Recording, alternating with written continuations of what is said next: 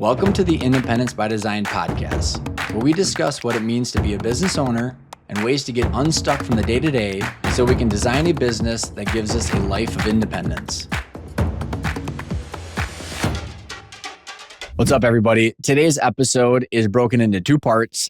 The first part is with Alan Beaulieu and Kim Clark. We are doing an economic update. And then the second part is with Kyle McCulloch, who is from BizVal, a valuation company, where he just launched their Q1 2026 valuation and merger and acquisition update report. You can find that report in the link below. The entire episode came to be because I saw the report that came out from Kyle, and Kim reached out because her dad, Alan, is extremely concerned about the Department of Justice's inquiry into the Federal Reserve and how that could impact markets, valuations, lending, the business climate, etc. So the first segment is all about what's going on. How is this going to impact business, our financial system? And then the second segment is all about what's going on with valuations and how the cost of capital could be impacting valuations. What are the geopolitical risks? So I think it's a great episode that starts high level and then also gets into the nitty gritty of like, what does this mean to you and how valuations work and how deal structures work and where the volume of deals are coming from the different types of buyers. So I think you're going to enjoy this conversation. Don't forget to check out Kim's Growth Playbook podcast in the link below, as well as Kyle's BizVal valuation report in the link below. Hope you enjoy the episode. Hello, everyone.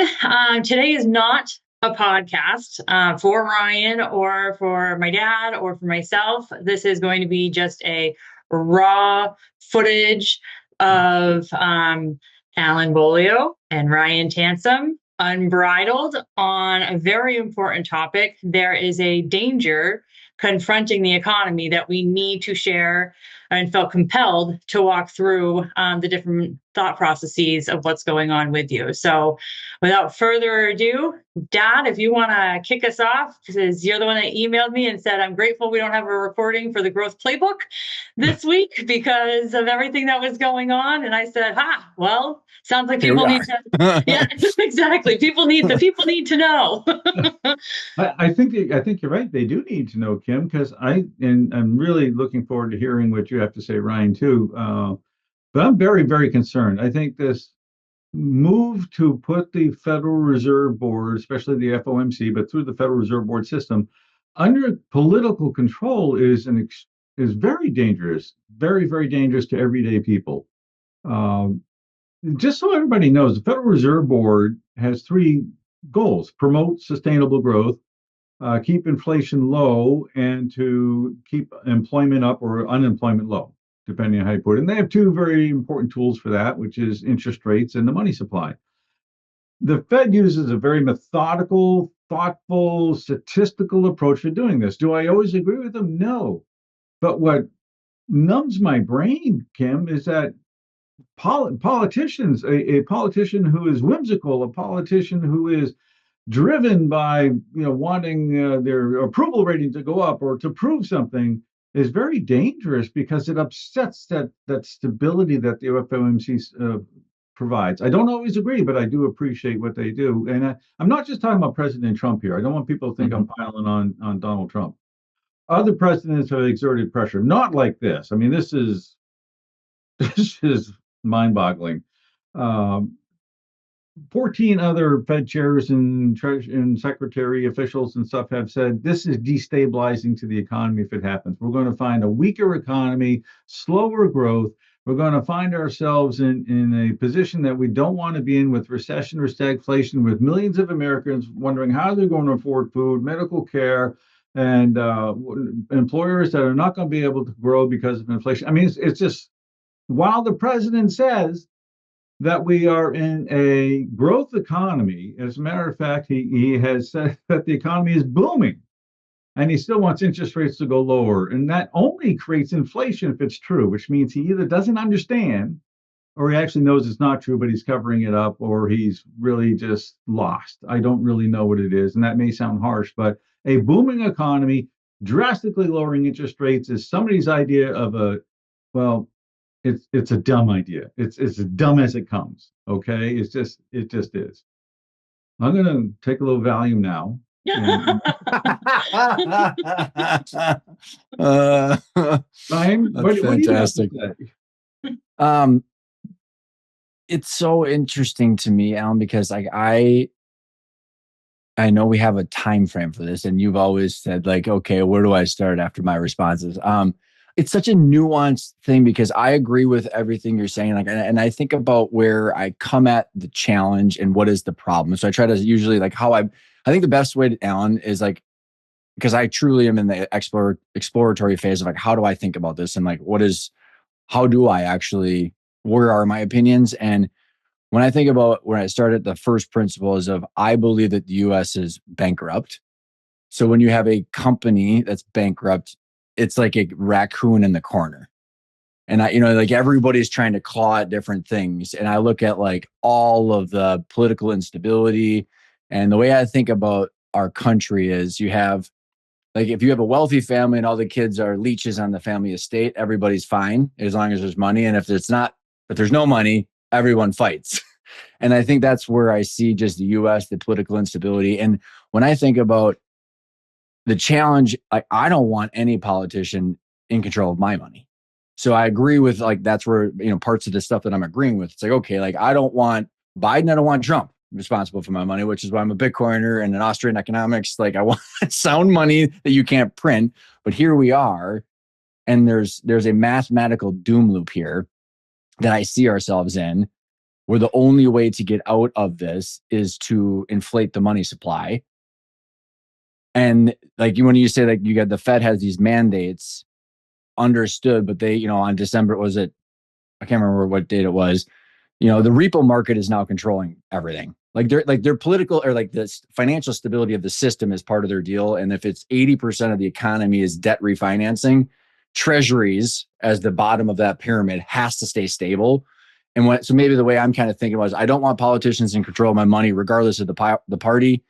If they have control, I don't like the risk of property rights that I see as a way of means of like figuring out a way to get out of this debt doom loop, which I don't want that as a byproduct.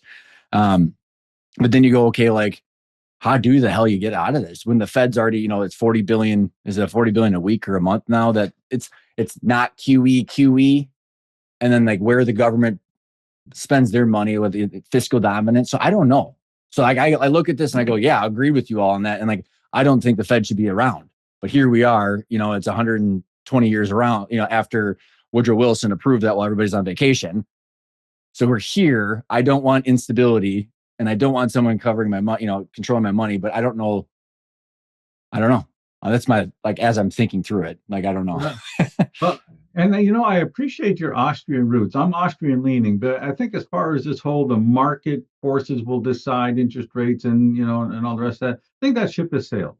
I think that's Agreed. And that because we're not in that timeline of the simulation, right? right. It's different.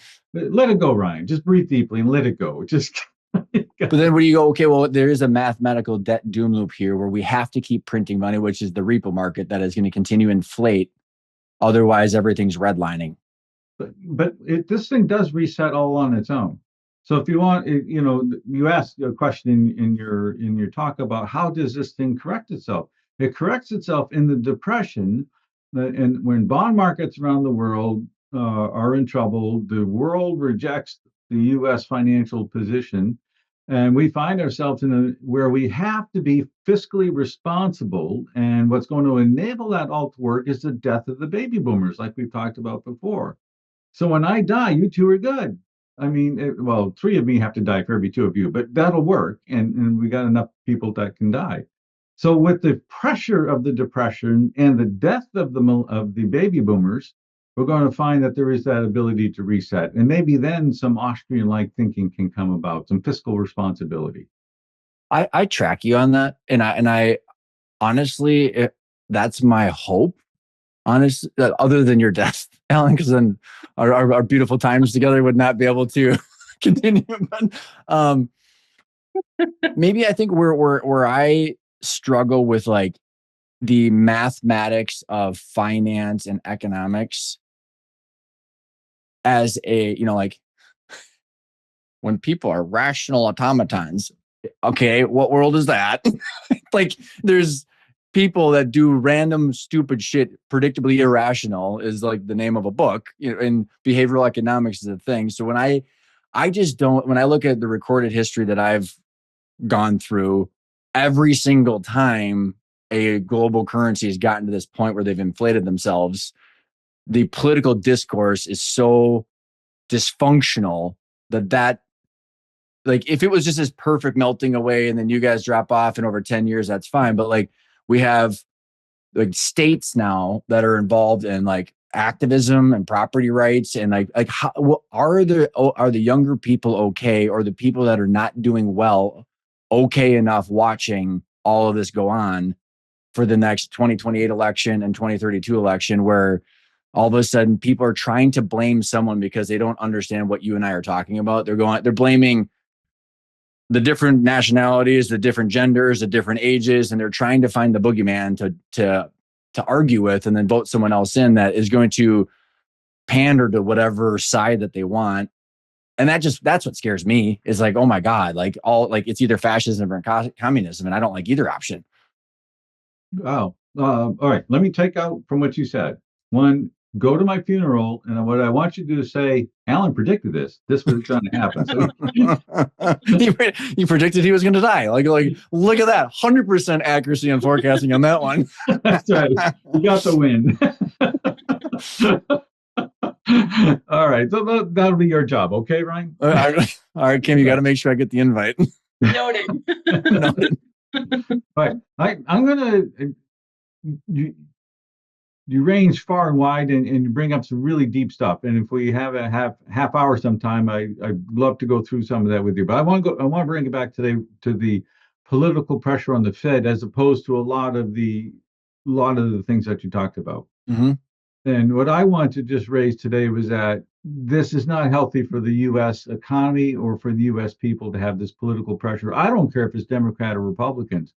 Ben Bernanke and Greenspan and Janet Yellen and all those others, they served under Democrats and Republicans. I mean, this is not one party's fault. If any party decides to exert that influence, yep, I think it's a mistake. Can you explain why to me and the listeners, why that political pressure makes things unstable? Because I do agree with you, and I don't think I've got a way of articulating it like you would. Because they have a tendency to do what is politically expedient as opposed to what is best for the longer view. It's like the election cycle. It's a 2-year election cycle. Nobody in Washington thinks beyond 2 years. But if you're the Fed, you have to think about the slower. This takes time. We can't just rush into this because it builds momentum. And politicians don't ever think that way anymore. I mean, maybe they used to, but they don't anymore. And there's no methodical approach to politics. It's just all my hair's on fire, and off they go. And that's the danger. I don't think they can, well, I'm going to say it. I don't think they can be trusted. Period. You can just stop. With that powerful a tool. Okay. To your point, there shouldn't be a Fed. What I've told audiences over the years is, that's fine. I understand the Austrian point of view, and I understand market forces, and they're a beautiful thing. But where we are in history, if it's not the Federal Reserve Board or central banks, but our central bank's called Federal Reserve Board, then it would go back to Congress. And I would say, do you really trust Congress to get this right? Yeah, and that's where it is, like, it is such it really breaks my brain, Alan, because like there's the whole, it's a false choice that it feels like, but then it's like, okay, but I am also a practical person going, okay, we are here. And I think when one of our previous conversations is like, yes, but we're here, and we don't want to flip the whole currency system globally because we would have anarchy everywhere, and that's not good. And so let me see if I can regurgitate part of what you said back, is because this is what I do believe too, is if the global financial system is an inverted pyramid of leverage, the bottom is US Treasuries. If that is destabilized, the whole thing is at risk for pricing, for like, and like everything becomes shaky from the bottom up. And regardless of what political party exerting pressure on the Fed makes that whole inverted pyramid of money destabilized, which is kind of back to the whole anarchy. Like, yeah, we might not like this, but like we still don't want the whole thing to break at once. Is that a fair way to put it? Agreed. And I like how you use the word regurgitated because what went through my brain is great. I just made him want to throw up. But we're like a bird. You throw up Like in a my little mouth, and that's now birdie. food. Well, it's food. It's nourishment.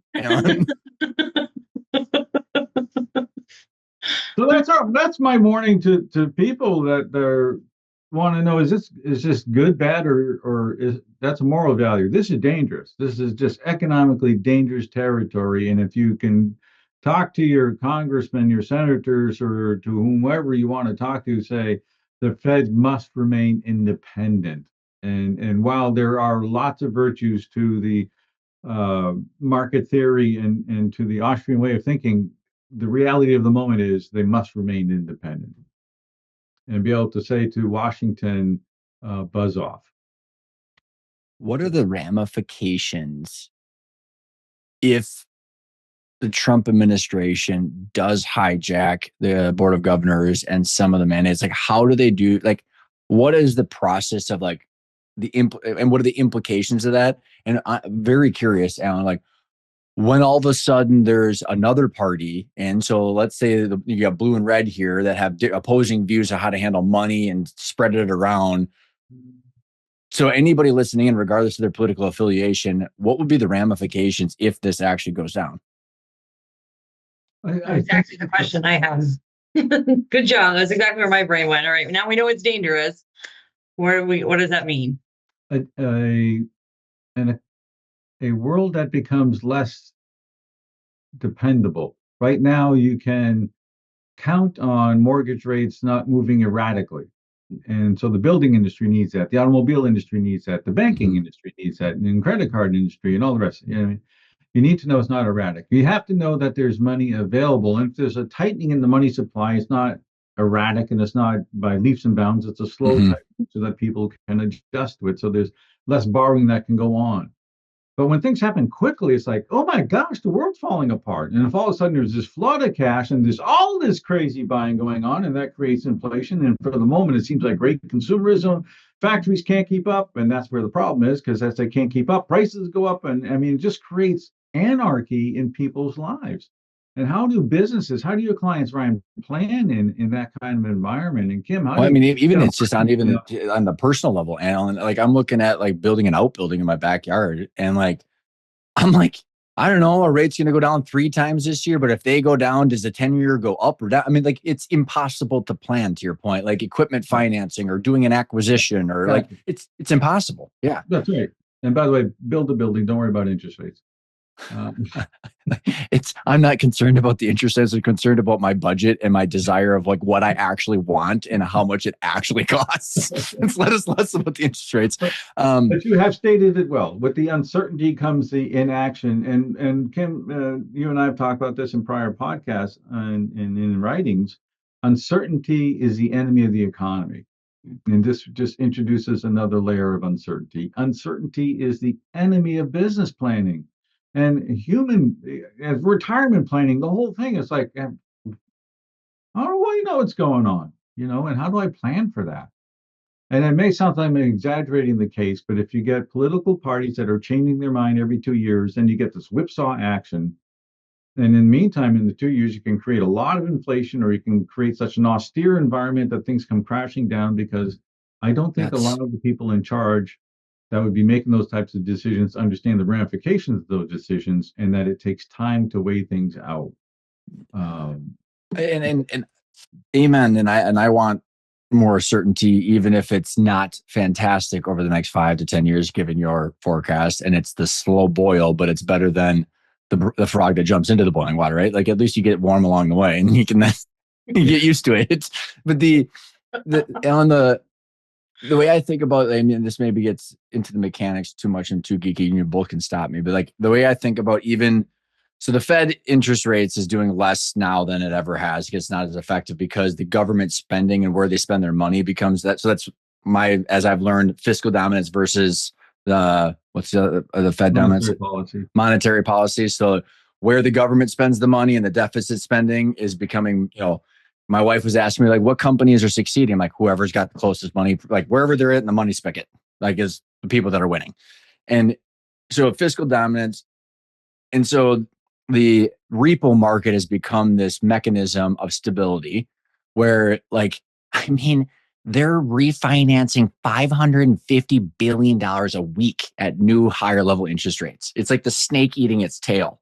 It's insane. And so the repo markets is like on the bottom of that pyramid is like, we have to have those treasury markets, and the repo markets are at like, it's the whole bottom of the pyramid. They're like standing on the repo markets is what I've like gathered. And like the yen carry and all these hedge funds and all this leverage, it's like, we can't screw things up. So we have to print 40 billion a month to keep that stable, to keep the liquidity in the banks. So like the way my brain and kind of like the schizo of me is, I don't like that because it's inflation of the money and the basement of the dollar. What's the alternative? What you're saying. And I don't want that more. So then it's like, okay, well, I can plan around a slow 7 to 8% debasement of the dollar. I can plan, as long as then the 10-year treasury and borrowing costs are stable, I can plan around that, even though it's a reality I don't like. Versus if the repo market's not there, or if the Fed is, hijacked by a politician, that makes everything unstable and completely impossible to plan around. Do you think that those two things are correlated from the mechanism of planning? Or how do you think I'm thinking about that? I think you're fine in you're thinking about that. And as far as your repo market and your when you do this, which The by the way, inverted pyramid. I'm thinking about this. It's the opposite of a pyramid. It's the debasement of the dollar is a phrase that I wanted to go back to. Political things, changes in the world, all of a sudden instability in the world can push people to the dollar, which stabilizes the dollar and puts up its value. So while I understand money supply growth, I guess, is my point. Like money supply growth, inflation might be more on the outer edges of the third world economies that we export our inflation, but like there's the increase of the U.S. fiat money growth through like the bottom of that is like the spigot and the repo market is kind of the way they're doing it right now, is how I've gathered. But so far, the world's fine with it. I mean, we've seen some devaluation of the dollar this year, but I wouldn't make this year the longer term trend at this point, because things can change to disrupt that. And I think the process that you're talking about, though, with the longer term debasement of the dollar feeds and inflation that goes with it, feeds right into the long term forecast that Brian and I developed in 2011 or 12 before we wrote the book. So it all feeds in really well. So I thank the world for participating in making our book so accurate. That's just really thoughtful of them. I love it. And back to the purpose of all of us being on here, I'm looking at the clock because I think, Kim, you're the one with the hard cutoff, is it's the instability and the whipsaw of interest rates and who controls the money. And like all of that scares me, and for all the reasons that you mentioned. And honestly, I haven't been able to figure out how to quantify the level of concern I should have of like, I don't want politicians controlling money. Like just in general, I don't want them surveilling money. I don't want them determining who gets money and who doesn't get money. Like that's even a higher level of concern, a heightened level of concern for me. Like, because like, regardless of the politician, I don't want them to have any say of like where and how people access money. I don't know. Does that, like, does the current situation have an impact on their oversight of money in your perspective? No, I think it makes it more difficult for them to accomplish their tasks. They just don't realize it. You made me think of those. Sometimes it'd be fun to have a discussion about tax policy, flat tax versus consumption tax, and that sort of thing. That would be a fun discussion because there are answers to the things you just mentioned by using an entirely different tax policy, which is used in other parts of the world and could be used very effectively here. Flat tax and the 1%. Not unrealized capital gains tax where you have to rely on the politicians for valuations. That would be fun. That would be fun. I mean, so there are answers to some of these problems, but it comes with a fairly dramatic change from what we have gotten used to, because we think what we are doing is the only way, but it's not the only way. And there can be much more stable ways that would be beneficial to all parts of the economy, whether you're the lower quartile, and this what I was just talking about, it's not aimed at benefiting the higher quartile, it's benefiting at aiming the whole. And it's a lot less political. You just stop. Again, the Congress said, shut up about the loopholes. It's 15%. It's a postcard return. Just don't argue about it. Yeah, it's Alan. What would be interesting, and Kim, maybe this is piggybacking off of Alan's idea about furthering discussion. What I have found helpful is like as I've understand the whole of like the economy, the way I think about it is a business, and I think we could help people contextualize all of the noise. And the way that I like to think about it is when I look at a business, you have the income statement, balance sheet, and cash flow statement, and the company either makes cash or it doesn't. It is a binary answer. Yes, no.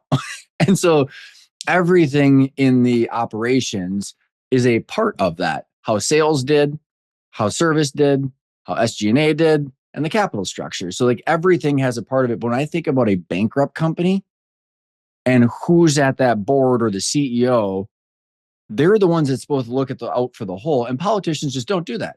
So like there is no one human being or organization looking out for the whole of the company here, which is, and I think about when you have a bankrupt company and you had to, if you were to sit everybody down and be like, who wants to cut their department?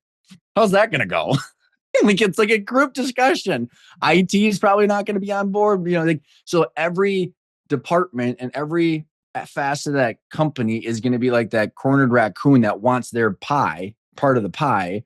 And there's no one to say, hey, the cash has to be positive and we have to shave it off across all these places for the whole thing to survive. And I think that's what we could maybe, because tax is a part of that and the revenue part, you have all these different components that help see the whole. And I don't think a lot of people have that context. You just described a major part of the 1 cent solution. So I'll send you the title and the author of the book. I'll have to look it up because I don't know off the top of my head. And then I think you're going to see a light bulb go on and you're going to go, wow, there is a path. And there were at one point 66 congressmen and women who were in favor of that legislation, which is not nearly enough, but does show that there are some people in Washington who understood there was a path out of this. What's it called? The 1 cent solution. 1 cent. Okay, I got that. I think the congressman's name is from Georgia, Republican, I believe, George Linder is the author. Love it. Kim, are you over on your time? Oh, well, I'm good. Engaging conversation. I did have a question though. So, Dad, when you were talking back to the instability, the unpredictability, the potential for greater swings in decisions than we see right now. So just the lack of stability and then the impact that would have on the supply chain, consumer, so on and so forth. Does it have a great enough impact to have some form of an impact on what we've always looked at in the business cycles? Like we say, everything goes in cycles and you can use rates of change and there's a predictability and there's like a X amount of year cycle and everything else that we have been able to use in helping to determine a possible forward view. Does this have a significant enough disruption to hinder some of that? I think what it has the potential to do is to exacerbate the swings, and as opposed to anything else. More what it has the potential to do is make it difficult on the micro instead of the macro level for the family, for the individuals, as opposed to the larger economic cycles that have occurred. Ryan, one of the things that the school of thought, the Austrian school of thought, says is business cycles really started when the Fed started in 1913. If they really mean that, and if I read that correctly, that's patently not true. We actually have proof that it goes back centuries. So the price cycles as well as industrial cycles, and I'm not going to get into more because it's proprietary. But it's not hard for people to see that cycles have occurred before that. If you read the book, The Fourth Turning. Part of it. I heard Neil Howe talk about it, and I found that much more enjoyable than reading the book. Me too. I got like an hour into the book, and I was like, because I listened to it, I was like, are we just saying this? Is this on like loop? Like we're in cycles, just saying the same thing over and over again. I get it. No, it's interesting, and I think that what my favorite money book that I read was the History of Money and Banking in the United States through the colonial era to now by Rothbard, because it was 450 years of politicians fighting over who inflates the money, and then like the gold versus the silver pricing and all that kind of stuff. So like I've learned the most out of that book as far as a kind of a thought process, because it's not clean and simple. That's what I gathered. No. And you know what? That proves the point about the business cycle, which is wonderful. And the other thought that came to my mind is, Ryan, you really got to get a life. I'm pretty sure I sent that book to Kim because I was in Mexico, and I sent her a picture of a book. I'm like, this is what I'm doing on vacation. She goes, you remind me of my dad. And I was like, yay, I've made it in my life. Oh, well. Question though, Dad, that I have for you really quick. Like when you say greater swings, what pops into my head is, again, going back to predictability. Because if we were working with companies that have big swings, it's much harder, obviously, to predict. And so is my logic going in the right or the wrong way with my thinking that, again, kind of like the ocean or the storm, if you will, bigger companies may be able to handle it better than the smaller companies. So I'm just thinking like of the small to medium-sized businesses in the US. If all of a sudden these swings become that much greater, what kind of impact may that have on the leadership team of these small to medium-sized businesses, and then the predictability of how do they plan for the next 1 to 5 years with any bit of confidence with that kind of swing happening around them? That's a tricky question. And Thanks. you're welcome. That could take a little bit. So give me a moment here. A smaller company can be much more agile and therefore adjust to the changes quicker. Yep. While a big company can become monolithic, so stuck in their ways that they can see their bow swamped with water, to use your metaphor, and be unable to respond in time their course, so that they're facing into the wave, into the wind, as opposed to saying, I won't, it's fine. Everything's fine. Mm-hmm. So I think it depends on the company and the leadership, Kim. If you have a small company with a leader who thinks that there's no need to change, you're dead. If you have this big company that's led by a fairly agile leadership team, you can overcome. So I'm not going to give it a size preference. I'm going to give it a leadership preference. No, I like Kim, that. I think, Kim, how I would answer that based on like the work that you and I are doing with the playbooks is, if someone has a clear 5-year plan, like with an original, like, hey, here's what I would like to do for revenue, for margins, for, normalized EBITDA and cash flow valuation, and they've got a financial model that connects where they are to that point. It's a 3-statement model so they can see their cash flow, actual cash flow, working capital. Then we can look at the revenue and the margins. And I kind of think about that as the ship.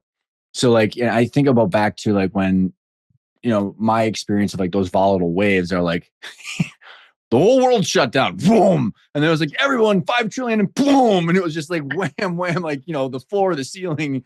And people way overbuilt their infrastructure. And then all of a sudden 2022 and 3 hit, and they didn't have any way to right size that. Or like, so it was just managing that revenue and that margins and that cash in proportion to the demand. And then to Alan, I think your point of like being nimble, whether it's big or small, like doing the hard shit and quit denying the fact that you're overstaffed now that the pipeline drew up. I watched there was this HVAC company I used to work with that was like it was trailing 12 months of normalized EBITDA went from like 4 to 4.5 to 6.7. And then back down to 4.8. And everybody's like, oh, we're doing so bad. I'm like, you're literally still up 15%. If you would have kept that whole thing and that, see where the free money came in? And it was like this big, huge bump, but like they were looking in the rearview mirror versus just acknowledging what was going on. Yeah, I saw that happen a lot with companies too. They felt that they were doing so poorly or things were way off. And then you just normalize it, folks. You feel a lot better about life and understand that was not life. Yeah, but Alan, now I've got 50 more people on staff and they have nothing to do. Fire them. Go back to normal. Exactly. Yeah. Well, truck driving is a good option, but yeah, that's another discussion. A follow-up question that I have to all of this then. So to summarize, still manageable. Don't run and hide in a cave somewhere. Just be more agile, be more alert, and more communicative, I would think, with your leadership team, and innovative and all of that. What about folks that are on the fence about selling before the depression? I mean, if this goes through and becomes a thing, and people are already bought into the 2030s economic depression and are asking themselves, do I wait until 2028, 2029? Like maybe they've already started things in the works and they're like, but maybe I'll just delay that a little bit to see how much more runway I can get out of this. Like, does this impact or should it impact their thinking somehow if they're considering selling the business? What we've discussed today, in my opinion, does not change the timeline of if you're going to do it for purely financial reasons at 28, 29. Now, you both know there are lots of other reasons why people sell their businesses, but if you just want to do a purely financial projection, that'd still be where I would choose. And then make sure you sell it to somebody you don't like because it's going to go bad real quickly. Perfect. So not to your child or. That's right. I do think at some point we should unpack that because I find there could be a very, very interesting opportunity to use privately held cash flowing companies to manage this storm as far as like maintaining your equity and like going through and growing equity, growing cash flow as other people in your industry are either too leveraged, too, et cetera, because otherwise you're going to have to find, there's a whole strategy on the asset protection side that becomes like, I don't know which one's more work depending on your age and depending on your income needs. I'm with you on that, Ryan. It's just, I was thinking, what I have in mind with that is people who want to sell. I'm all in favor of hold and use it to your advantage and the long evergreen and all the rest of that. But if you of the mindset, I'm going to sell this thing, when's the best time? Yeah, I like that. Good clarification. Thank you for allowing me to regurgitate. I'm just. And on that note, nourishment. It's just my nourishment. Anything else that Unbridled, Tansom, or Beaulieu would like to add to this raw footage that we'll just be throwing out there on social media so that way people can know that this is a true danger to our economy? I'm just summarizing things in my mind. Dad, you had given some advice, like speak to your congressman or woman, and like, are there other pieces of advice that you would give? Just what are your closing thoughts, both of you, and how you want to wrap this up? Don't panic because of this, but take that nimble discussion we had to make sure that that's in your mind, that what you think might be stable may not be. So just have the plans in place in case. That way you're not going to be unduly surprised in a bad place. Pay attention and build a good business so you can do whatever you want. Kyle, was reading your report. I know you and I know how much time you put into this. Super excited to get your backdrop on the research that you did, the insights that you got. Because, one of the interesting things, Kyle, I was talking to one of the other investment bankers that I sent you that GF data, the report on like the valuations and the deal structures. And they aggregate that data from like 380 private equity firms, but the smallest they go is like 10 million in enterprise value. And so this whole Mike Finger podcast that you and I and Graham did, it's like we're trying to speak to the relevant business owners who are in the middle to lower market. And I think you have just got a heart and mission for those people. So why don't you walk us through like kind of the inputs that went into this report? And then I've got the notes and I got the report up and we can unpack it. But I just wanted to kind of get your 2 cents on like, why did you do it? Inputs that went into it. Yeah, so a couple of things, and maybe just touching on my background first might lay some good context with this. I moved to the States as a commodity derivatives trader, and really moved to New York to pursue that full time. I came over when I was pretty young, didn't know anybody, and I thought I was going to get a job being a trader pretty quickly and pretty easily, which ended up being a lot more difficult than I thought it was, for a number of reasons. I think firstly, obviously not having a network here and not having, one of the things that came up fairly frequently is I didn't have US experience. So in short, no one was really prepared to hire me. And so I thought, how do I turn this into an opportunity? I thought maybe I could go into buildings and, walk behind someone and go and find HR, which I tried to do, and then I nearly got arrested. which would have been the end of my green card right away. So I had to pivot pretty aggressively. And what I ended up doing was writing macro reports. Big focus on macroeconomics, big focus on company selection. So basically investment thesis. And then, with a risk management lens as well. Those are pretty much were my three core areas of expertise. So I started writing these things and, started my own company. And it was really a front actually to try and get somebody just to listen to me. So I'd write to get a job. Yeah. Like I wrote this interesting report for my company, take a read, see what you think. Long story short, that is how I got my first job. And then throughout the years, I ended up working, like writing reports for funds, for hedge funds, for banks and any firms basically that would take them from me.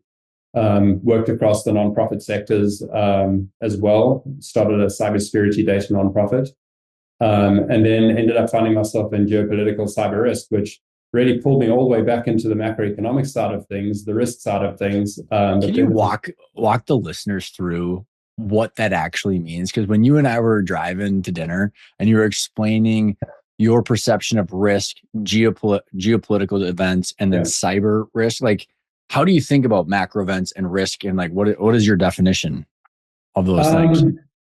It is tough to define. What were you trying to solve for? Like when you were looking at events, what were you trying to anticipate and solve for? I'll give you a good example that I normally give to people is hedge fund A wants to buy an oil field in the Saudi Gulf, right? Like obviously there's a geopolitical aspect to that. If you look at like Israel, Iran, like they absolute enemies. There's going to be incentives for them to commit espionage against each other, potentially shut down operations, etc. So what we'd do is we'd say to that fund, okay, you guys are going to put in a $1 billion acquisition of this oil field.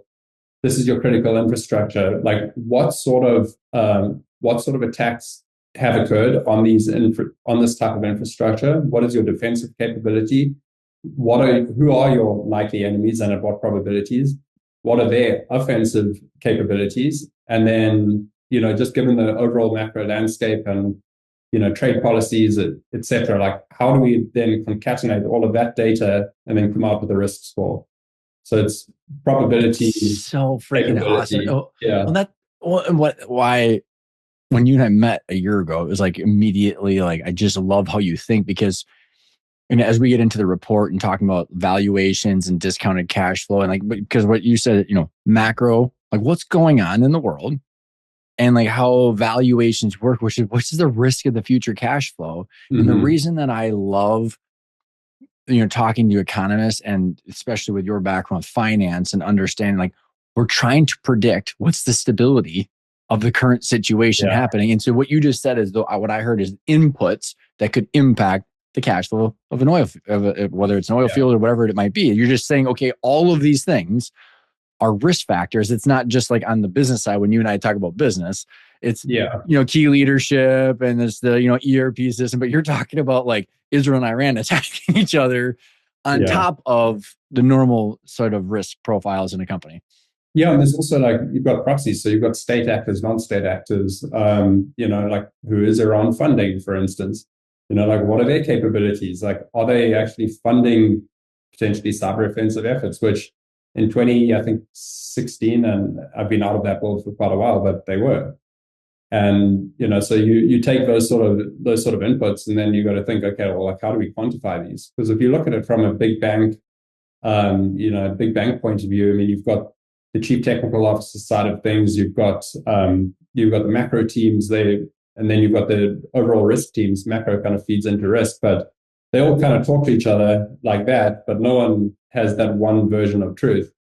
So I was quite fortunate to come up under a guy. And that one version of truth that's scored. I mean, it has to do with like, if this asset has to cash flow, all of those factors have to be put in to the risk profile. I mean, that's what I find is so fascinating about valuing assets, is like you're trying to anticipate the future and understand the risk of the future. That's all we're trying to do.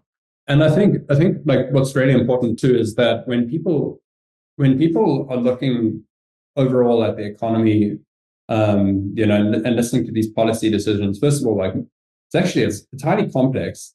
So what we tend to do is we tend to zoom in on one piece of the puzzle, but there's like call it 5,000 pieces that you can see, and there's another 20,000 pieces that you don't even know are going on in the background.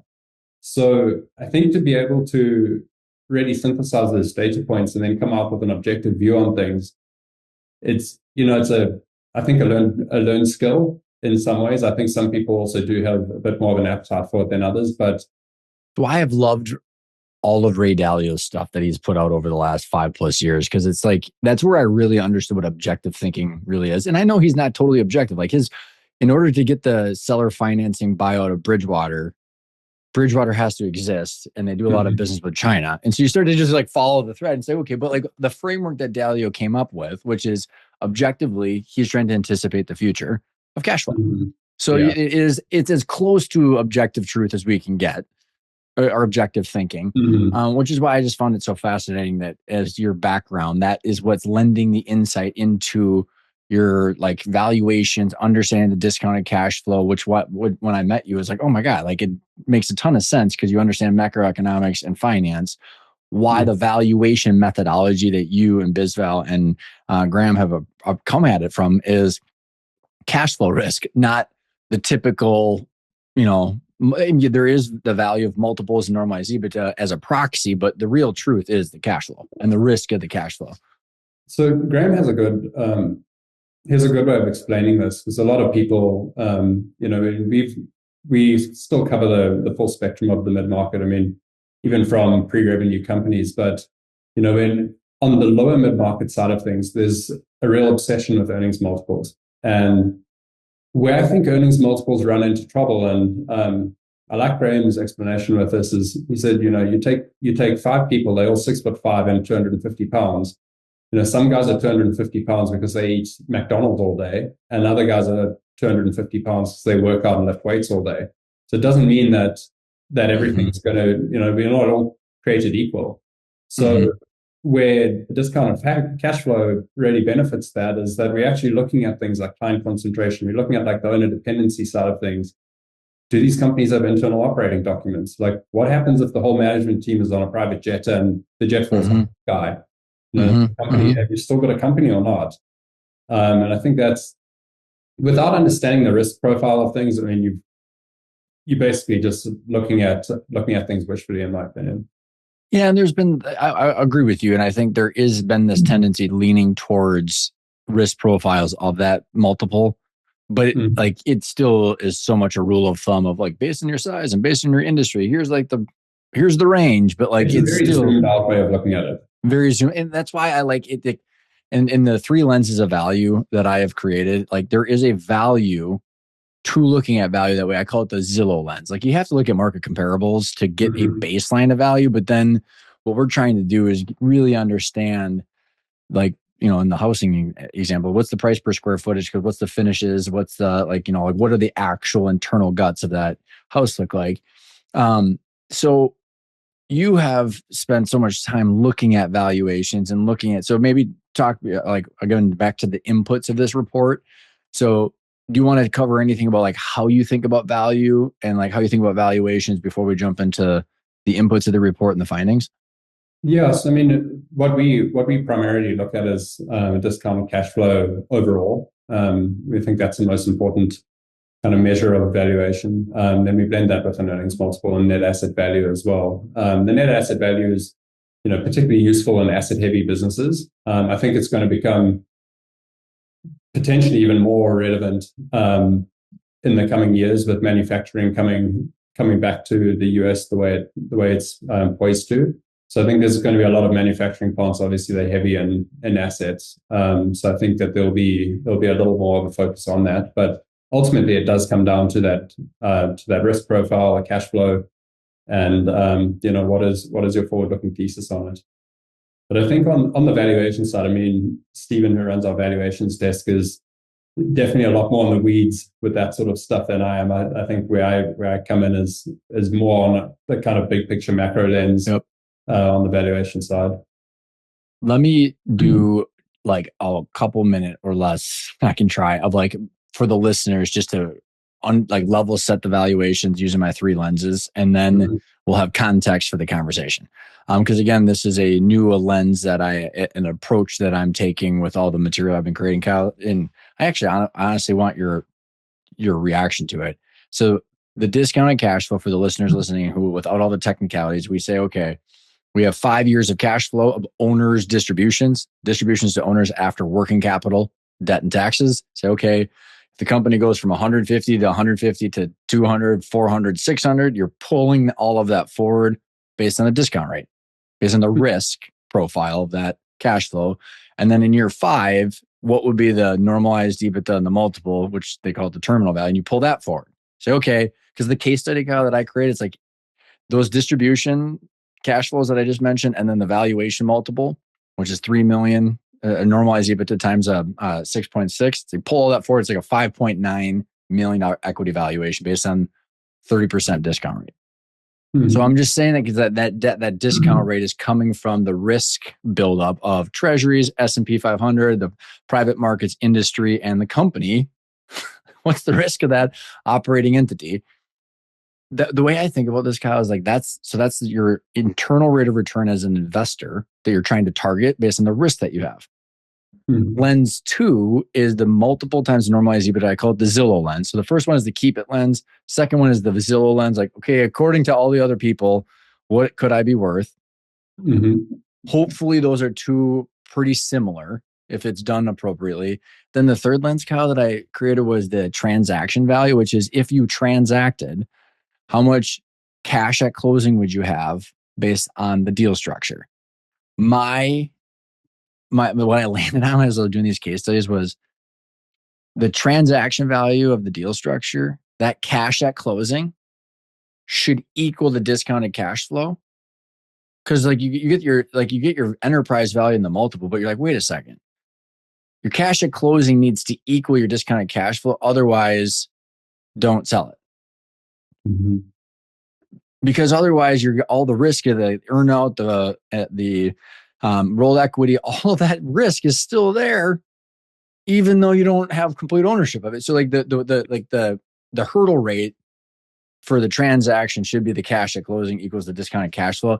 That might be a mouthful for everybody listening in, but I think the takeaway I wanted to give, so that way we jump into this, Kyle, is how to think about value. It's like, okay, there's keeping the company, which is the risk of the cash flow that you have as an investor. Then there's what's it compared to all the other houses on the market, all the other companies. And then if I got cash at closing, does it equal my keep it lens? And you guys have focused a lot. And that's why when I met you and Graham, it's like, oh my God, you guys truly understand the discounted cash flow because your macroeconomic background, your understanding of risk. So I think all the context you gave just lends some insight of like why I appreciate what you guys have done. And then you're out doing research, trying to figure out what's everybody paying for companies and why. So the middle market can actually get some insight of what the hell's getting paid out there. Yeah, certainly. And one of the other things, if I can just touch on it, going back to what you just said, is the way we typically look at it is that buyers will often try to come in on the earnings multiple. So they'll start their negotiations there because hey, like 6 of the previous transactions happened around about here. And that's where it's a typical lowball offer, but the buyer definitely wants to pay a little less than the seller wants to get. The seller is going to try to extract, to your point, also of like, DCF and then transaction value should be aligning. The seller is going to try to transact at the DCF.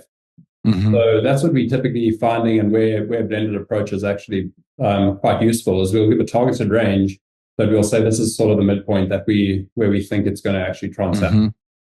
And Steve and the team are busy probably every 3 to 6 months, actually updating a lot of the data in the back end, just based on transactions as well. So with that context for the listeners, if we didn't lose them already, which I'm hoping, no, I love it because the more and more we just want to bring people along to this journey as they learn. you went on a hunt and that's scouring the world for, and you did the UK version, I believe, and then there's the US version of the, I mean, the 22 or Q1 26 M&A report. So maybe walk us through the methodology and like the components of it, because I wanted to jump right in, but I wanted to give everybody the chance to catch up. Like deal volume, deal structure, what's impacting valuations. That's what I think you got a lot of insight on. So, but anything to say about the inputs and how you went about creating the report?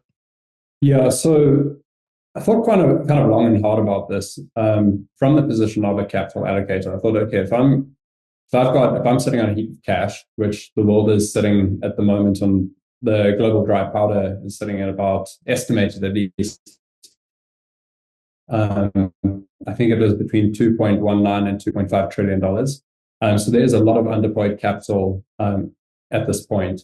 So I thought, if I was sitting on this heap of cash, like what would I want to know about? So looking at it through a capital allocator, a legal framework, and a policy lens. So I think if you can bring those three lenses together and understand the legal, understand the macroeconomic side of things as well, it will give you a good. Let me see if I got that. So capital allocator. And so when you say legal, do you mean macro? Is that what you meant? So no, actually legal. So you'll see, and I probably shouldn't touch on this because no one should take my legal advice, but one of our contributors was, he's an M&A attorney. So understanding some of the legal levers that are happening in M&A, I think is very important as well, because it obviously informs the way deals are structured. I love it. Okay, so we got the capital allocator lens, legal lens, macroeconomic lens. Mm-hmm. You're trying to understand what's going on, what price is getting paid, and for what reasons, using those three lenses. What kind of research did you do to gather this information? And like, what was the outcome that you were striving for? Yeah, and also one of the important things is just looking at policy. So like, what policy changes have affected this? So this, I think this ended up affecting the UK report a little more, but we can also touch on some of the the US, especially on the fiscal policy side of things. Well, let's jump right into that, because I'm actually going to be piggybacking this episode off of Alan Beaulieu, where we talked. He went on a rant about Trump administration suing Jay Powell. So he is extremely upset about that from an economist perspective, because he thinks it's going to blow up.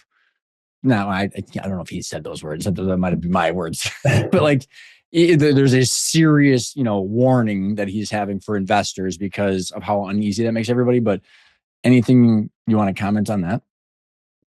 Yeah, I mean, I don't know the full ins and outs of him suing Powell. I have heard and obviously read a little bit of that sort of stuff. Look, I mean, I don't think it sets a good precedent, but I also do think that the Fed has been a little slow to react to things. I think if we actually had slightly lower rates, I mean, we're in a loaded coil at this point. Especially with some of the changes in OB3 that are so OB3. I learned this the other day, and I think it's a way better way to say one big beautiful bill. But some of the tax changes in that are really favorable actually to our markets, especially on the manufacturing side of things. So I'm gonna have to look at like some of the data in this, because it is quite extensive in this. But the one thing that really jumped out to me is the depreciation for manufacturing companies. It's going to be 100% written off, which changes from the traditional 30 to 40 year write-off period. So you can write the full 100% off in the first year that the facility is in service. And it also applies retroactively to facilities and construction starting in January 2025. Insane, actually. Yeah. Yeah. So if you think about that, so like effectively what this is also doing is it's bringing down your effective corporate tax rate from like 21% down to about 10%. It's freeing up a lot of capital, which allows these corporations to reinvest the capital into the business. So more capex, there's more expansion, more hiring. That's going to boost wages. It's potentially, this is a big question mark at this point, but it also helps us to cut prices to gain competitiveness globally as well. And then also strengthens the balance sheet and just the bottom line of the company. But if you think about this just in the full relation of everything else that's going on in the world, America is the hottest economy to invest in.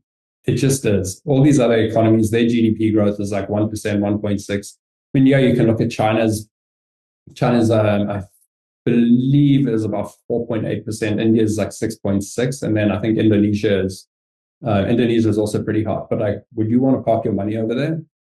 Mm-hmm. Guessing probably not. Yep, I'm tracking.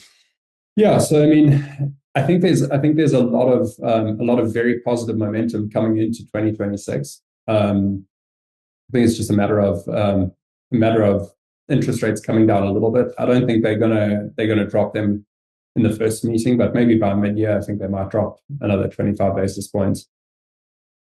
So, looking at this from a capital allocator, legal, macroeconomics, with a kind of wrapper of policy change, you went out and where did you get the information? What information were you looking for, and what answers were you on the hunt for? Yeah, so I wanted to basically look at dry powder and figure out okay, like what are the levels? Where have they been tracking over the last couple of years? And then what is that relationship kind of between rates and dry powder, and why? And then basically looking forward, how do we think that this is going to change, especially with like the dollar weakening as well? Is there going to be further foreign direct investment into the US, which I think we've seen $17 or $18 trillion so far?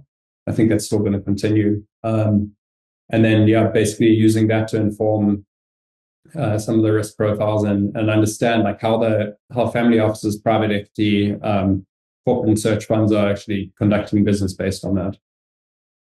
So for the listeners, connecting some dots here, where you've got a pool of money, $2 to $3 trillion, that needs to be put into things. Mm-hmm. And that's where, for anybody listening in, the discounted cash flow, that build-up methodology, we say, okay, it starts with U.S. Treasuries, so like the 4.25 or whatever the hell it is. Then S&P 500, roughly the equities, then smaller companies, then the industry, and then there's the company specific risk. So that money has to be put somewhere based on the risk return that it needs for the investors. So you're looking at it from the entire global side. To be the visual that I always get, Kyle, when I think about money, is it because it's with my kids. Those Play-Doh things where you put it and then you smush it and it comes out like the hair. That's what money does. It's like water. Mm-hmm. It finds the lowest spot based on the risk-adjusted rate of return, right? And so that buildup is kind of like that smushing thing. It goes, and then the Play-Doh goes out.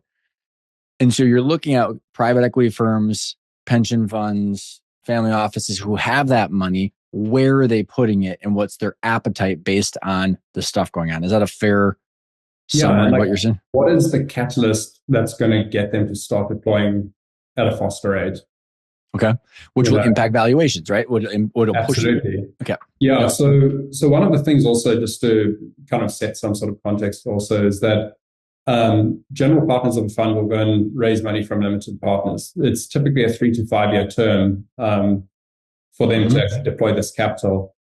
Because of the market conditions in the last couple of years, these funds, basically these general partners, have been sitting on these funds. So come the end of the year, this is why Q4 also sees a big boost in M&A activity. Is come Q4, you've got limited partners kind of on the phone going like, hey, either you're going to give our money back or we're going to do something. There's obviously an opportunity cost to just sitting on cash. I mean, we've seen the dollars been weakening, which has helped our foreign direct investment. But if you're just sitting on a wad of cash and it's not doing anything, I know you've got a lot of energy on this as well. Like, it's not good. Mm-hmm. So yeah, like what are those catalyst points that are actually going to get people to act, and how are they acting as well?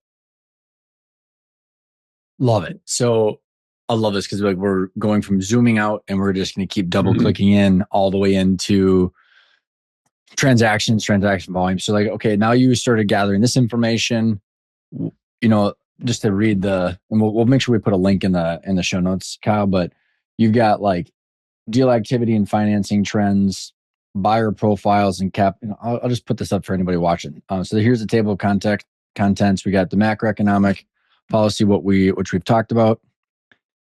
We've got deal activity and financing trends. I'm super curious. on what's going on, debt, equity, deal structures. You've got some technology or sector deep dive, technology and healthcare, buyer profiles and capital trends, private equity, family office, corporate and search funds.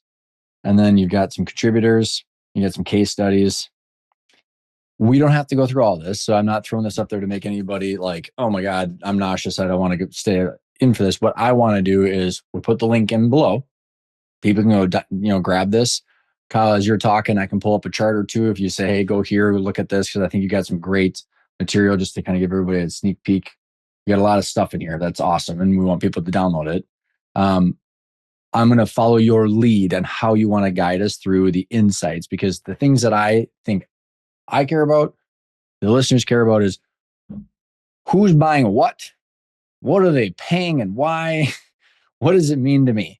So that's what we're trying to answer here with the context of we're looking at that report. You've done a lot of this research, so I'll follow your lead and I can guide us too. But where would you like to start with some of the insights that were interesting to you, or what you think the listeners would want to listen to? Yeah, so I think one of the other things that's important to talk about is just the regulatory scrutiny around antitrust, some of the HSR thresholds as well. Where would that be? Is there anything you want me to pull up on this, or? Yeah, so on antitrust, for anyone listening, it's a word that is, I think, spoken about a lot, but isn't necessarily known about it. It's basically anti-competition. So yeah, this is a good heat map to show. So the antitrust scrutiny on tech firms, we've got this heat map that we've done, is sitting at maximum level at level 5. So you could imagine if Google just went out and started acquiring Yahoo and Bing and DuckDuckGo and basically every type of search engine out there, they monopolize it. There's obviously a risk that comes in with that, is that Google can say that the sky is pink tonight, and even if it's blue, it's going to be pink because that's what Google says. So that's obviously a very, very trivial way of explaining it. But what they are trying to do is just limit the amount of that is going on. What we've also found in the US is that there's been a lot of state attorney general activism, and that's been particularly high in New York, California, Colorado, and Massachusetts. So what basically happens is that there's something called the HSR thresholds. This is a federal law that companies that are planning significant mergers, which is typically, it's on the higher end of things. So it's not really your smaller companies that get affected. Every year they reassess what the transaction floor is for that. This year it's at 133.9 million. But basically, you have to notify the Department of Justice and the Federal Trade Commission ahead of a merger or anticipated merger activity.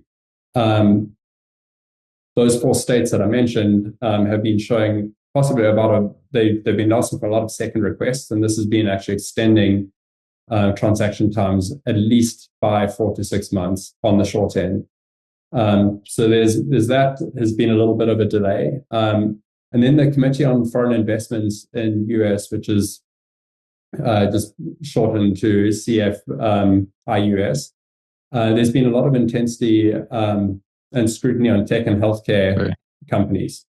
So that's where we're pointing again to the antitrust side on tech being 5, and then on energy companies and ESG, that's also been scrutinized quite heavily in transactions. So that has been affecting things a little bit. So if you're on that sector, plan ahead. You want to make sure that all of that stuff is buttoned up. I think very often people think oh, what if I can get past this? And we're on the line, but we might actually just be able to skate by. Just do your homework, get the stuff done right. It'll make your transaction process a lot easier. But also super interesting. Caveat again that this affects primarily the upper end of the market, the mid market. So 133.9 million to trigger HSR thresholds. Well, I think what the takeaway that I have for listeners are where's the deals getting done, And everything's based on risk, right? So like the big funds, the private equity funds who end up like backing even like strategic buyers. I always try to challenge people, Kyle, like thinking about where the buyers in your market, even if it's a competitor or vertical, like integration of suppliers or manufacturers, like who owns the freaking companies and what's being driven like this, that's why I think it's so important that you're starting from the big picture all in zooming in, because then we can say, okay, well, here's what's going on. And here's how people think about risk. So the buyers that might be knocking on your door or where the private equity firms are looking. I mean, because like people can be working as a supplier or a company working in these industries where they have and this is where Kim Clark and ITR's, business cycles and understanding people's industries and stuff are so important. We're just stacking all these different lenses together to say, okay, where's the activity going and why? Yeah, certainly. And yeah, I mean, that also then leads probably quite nicely into what you wanted to talk about, which was the deal activity and financing trends. So just looking at that, I mean, we are looking primarily from like sub 100 million. If I was to break it down into brackets. Enterprise value when you're saying that, or revenue? Yeah, enterprise value. So if you just want to pull up the chart on page 11. Look at that. You made it easier, man. Make a little more sense. Yep, that one. Cool. Yeah, so at the bottom we've got this light gray section is sub 100 million dollar companies and enterprise value. Then we've got the blue band is between 100 and 500 million, and then anything above the blue band, or I guess the charcoal band, is basically greater than 500 million. What we've noticed is that there's been a modest decline in dry powder, but that's really been concentrated in that blue band, in the 100 to 500 million range. The slightly bigger and the slightly smaller hasn't moved that much. It's remained fairly flat. And I can tell you why. So I was just going to say that's where I was going. Yeah. So if you look at mid-market debt, it's down from 55% in Q1 of 2022 down to a projected 35% by Q4 of 2026, while equity and credit is up to 65%. So what we think has happened here is that banks have actually retreated from the mid-market lending, which has mainly been driven by regulatory pressures and capital requirements based on like Basel rules and like post-GFC, which has left a void. So what that basically means is that now you've got private credits and direct lenders that have come in to fill that gap. So if you think back to, 5-10 years ago, probably more like 10 years ago, you didn't really hear as much from private equity and family offices. But now that's pretty much what you hear about every day is like private equity is snapping up all of these, all of these companies. So they've been filling that void. And then on the mega deals, debt's gone from 65% to 45%. Equity credit's gone to 55%. And that's reflected higher rates favoring the more resilient capital stocks. So the higher interest rates and elevated debt costs has kind of sparked a little bit more lender caution. So if you think about like the syndicated loan market, so like a traditional leveraged buyout type deals, if you look back to 2022, I think we were sitting at almost 9% on almost 9% in inflation, and really, really high interest rates as well. So I mean, if you're gonna take out a loan with those interest rates, it's going to cost you. So there has been a shift slightly away from that as well. So I find this so fascinating. Again, I love trends because then you can see the context. And a couple of takeaways I have from this for the listeners is because of the bank regulations and some of the, that Basel III and just the different liquidity ratios and the cost of capital and the interest rate. I mean, it's just all of this stuff compiled together. Mm-hmm. The end result is less bank financing, and somehow that gap has to be filled. So like, let's break maybe this down for the listeners and then kind of an easy way to think about it. And you let me know if I'm on track or off track, or correct me. Let's say you have a $10 million enterprise value. You go, okay, well, someone has to buy that. You're probably not going to get the 10 million at cash at closing. So let's say you get 6. how does the buyer deliver that cash? They're bringing their own cash and their own debt, just like you would buy a house. You go, okay, well, the 6 million, maybe they bring 2 million of their own cash and 4 million in debt. That debt has expenses to it, and they need the banks to lend that to them. And so when I say, what does this mean? It's like, well, the private equity firms or the buyers are either going to the banks. It depends on how the cost of that, the more expensive that debt is, the less cash you might be getting at closing.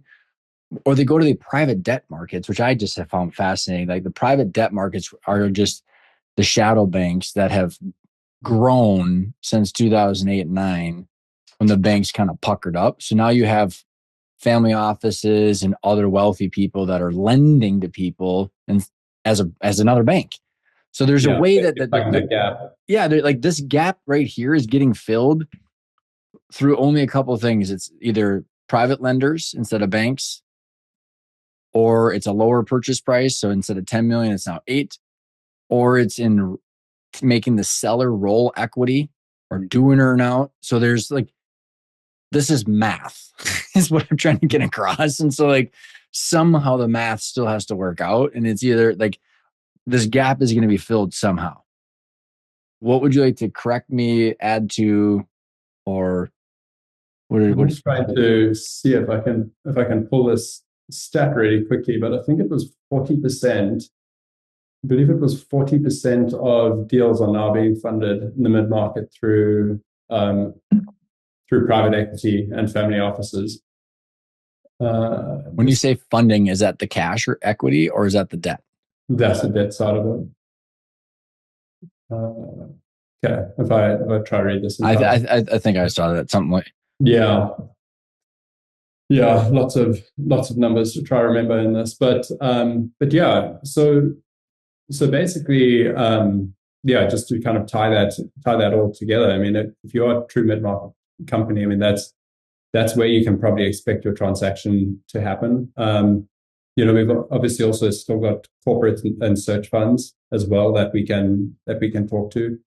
The corporates are much kind of cleaner deals. They just come in and basically. What's your definition of those for the listeners, and what's the implications? So just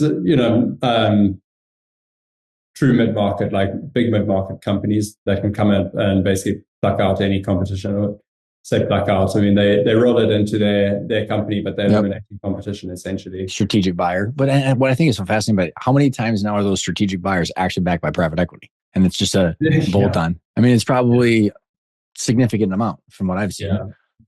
Yeah, and we were talking to someone just the other day who was, also kind of operating like a bit of a search fund and doing a very similar thing on a much smaller scale as well.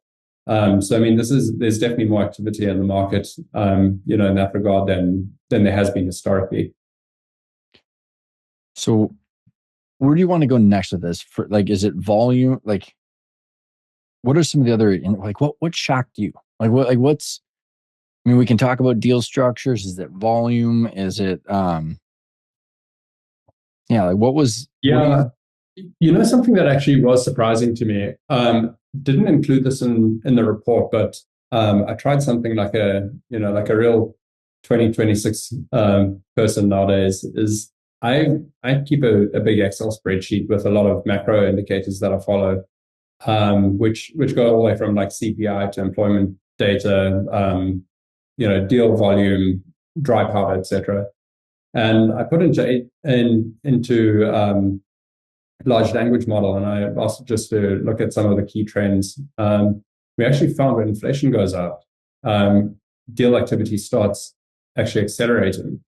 And I think that there's also speaking to that whole time value of money and cost of capital, dollar erosion, for instance. So I mean, I do think inflation is going to continue to come down, but I think there's an interesting kind of inflection point with inflation coming down. So maybe that's going to, quote unquote, slow deal activity. But then we've got these fiscal and monetary changes that are more favorable to deal activity. So I think we're at an inflection point and ready for the markets to actually take off pretty aggressively.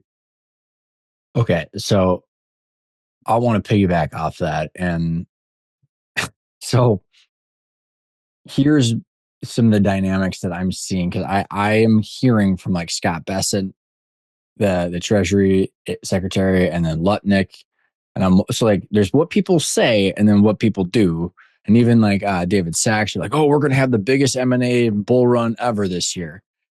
And then you got the dynamics of the Fed and the propaganda of like, oh, CPI is only this. And it's just a bunch of bullshit. Like CPI is a bunch of bullshit. Like they mix and match all what goes into that basket, and it doesn't include borrowing costs. It doesn't include housing, and the whole thing is just a joke. So understood that we need to track it. This is Ryan's opinion here for everybody. Like it's not financial advice, but what I think is a useful lens, Kyle, that I've taken on is there's the CPI inflation of goods and services. And there's the inflation in CPI of goods and services. And then there's asset price inflation, which are different. So Michael Howell is this guy that I follow. He wrote a book called Capital Wars, and he completely distinguishes the two. Asset price inflation is related to the debasement of the dollar and the growth of money supply. So the reason that I'm seeing and what I'm hearing and what I'm going to be watching for is as they refinance $9 trillion of treasuries this year, you're going to have to print a shitload of money.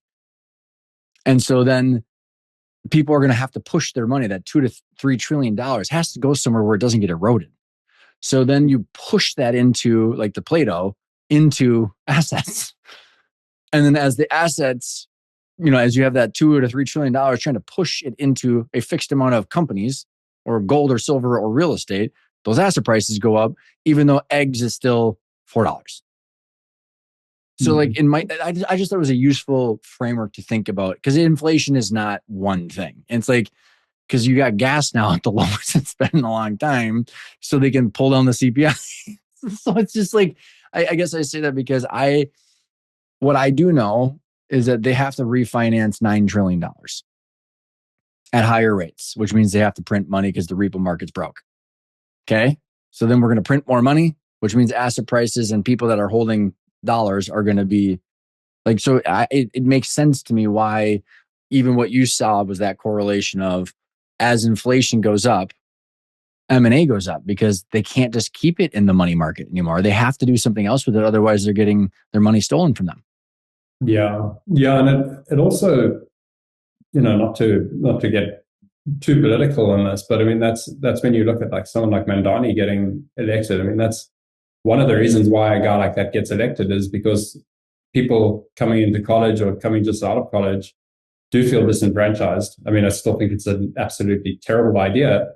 But if people can't buy a house and they're going to be renting for the rest of their life, and they've been told, go to school, go to college, work hard. By 30, you'll have the white picket fence, the family, and the Labrador. It's a bunch of bullshit. I mean, like, good. I know. And it's,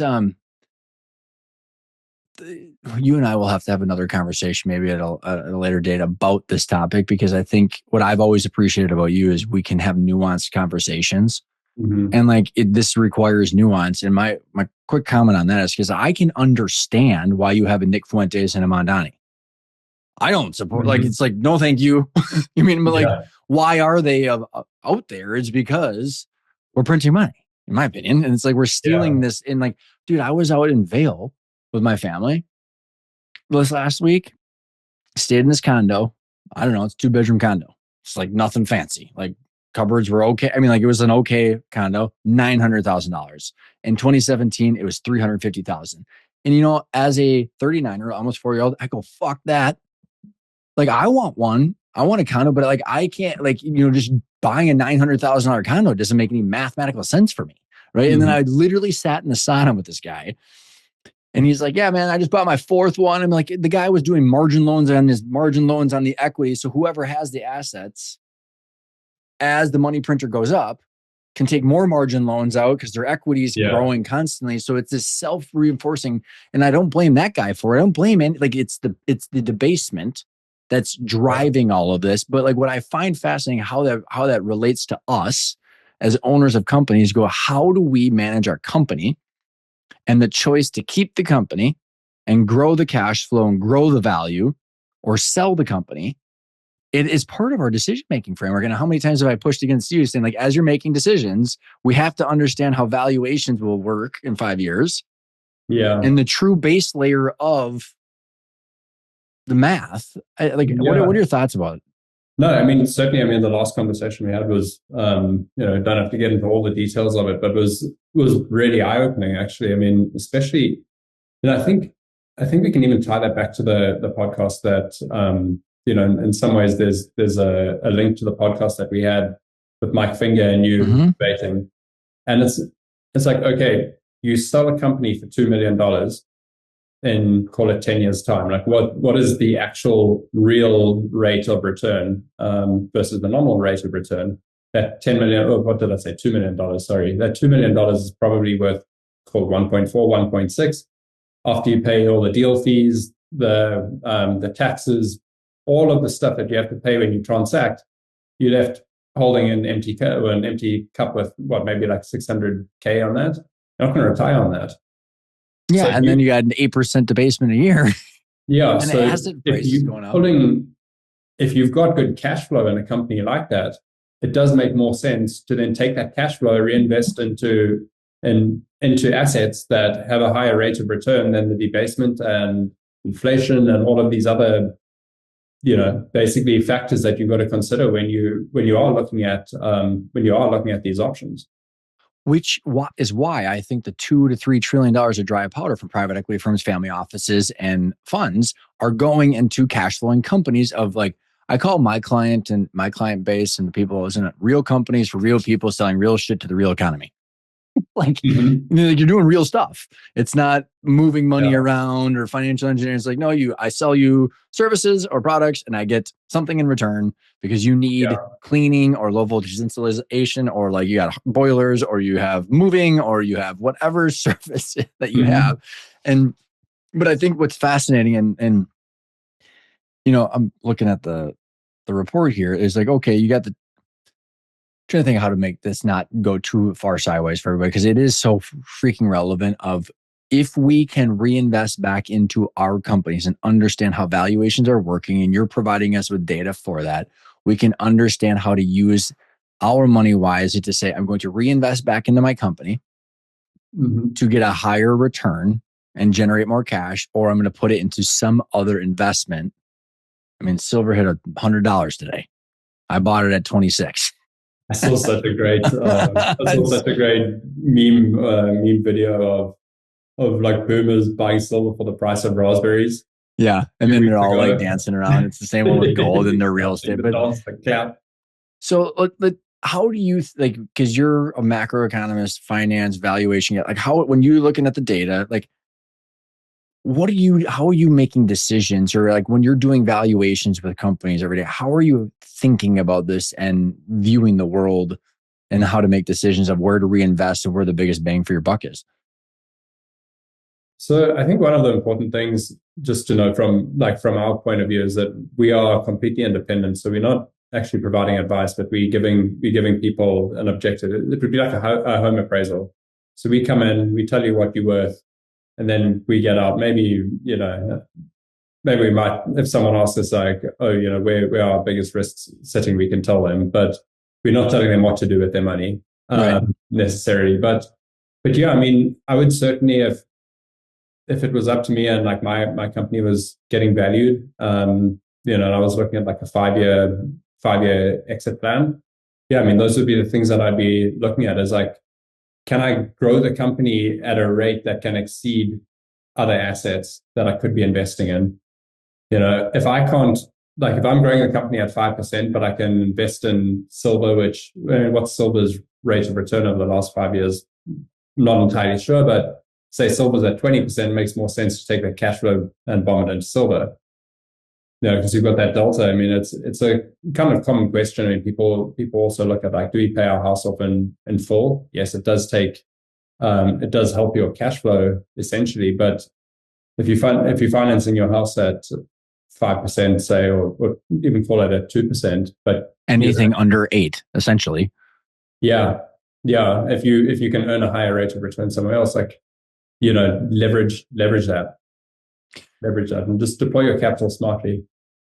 Well, and that is why I have found it so helpful. Like the people need to go grab this M&A report and start diving into this, because the more we understand valuations, I don't know how anyone can make a rational decision without understanding valuations and using a framework like this to make a decision, Cal.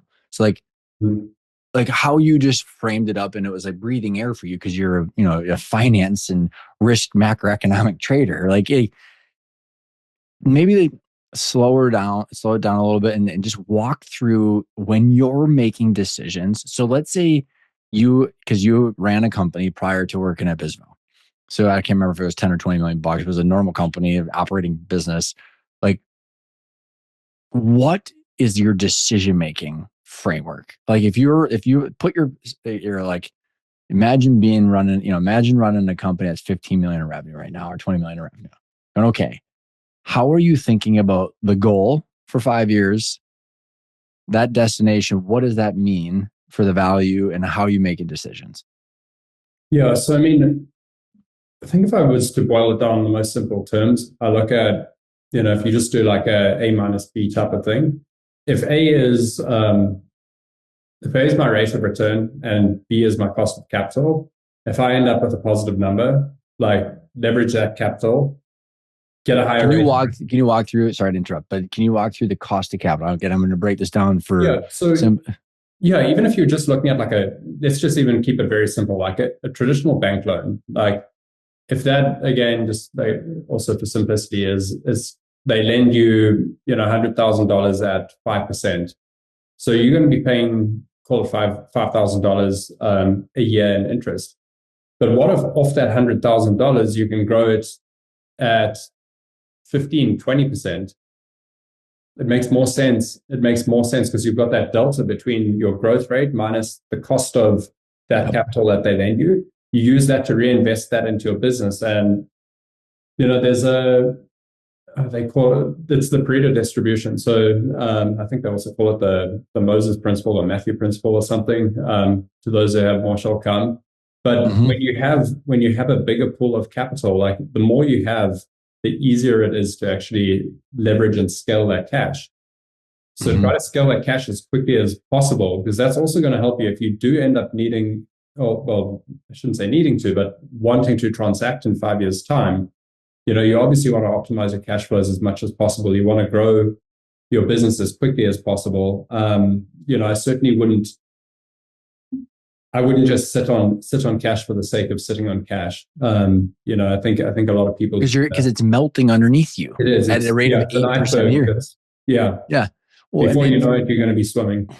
And that's why I think understanding what creates value will help people understand how to use that money, right? And so instead of just piling it into real estate or paying off their real estate debt or putting it in, understanding how to deploy it in their operating business that they understand. That's why I just get so excited for people. It's like, I was on a call this morning with one of my clients. He owns a moving company. He came here as an immigrant with $100 that he borrowed from someone else. And now he's got a multi-million-dollar business.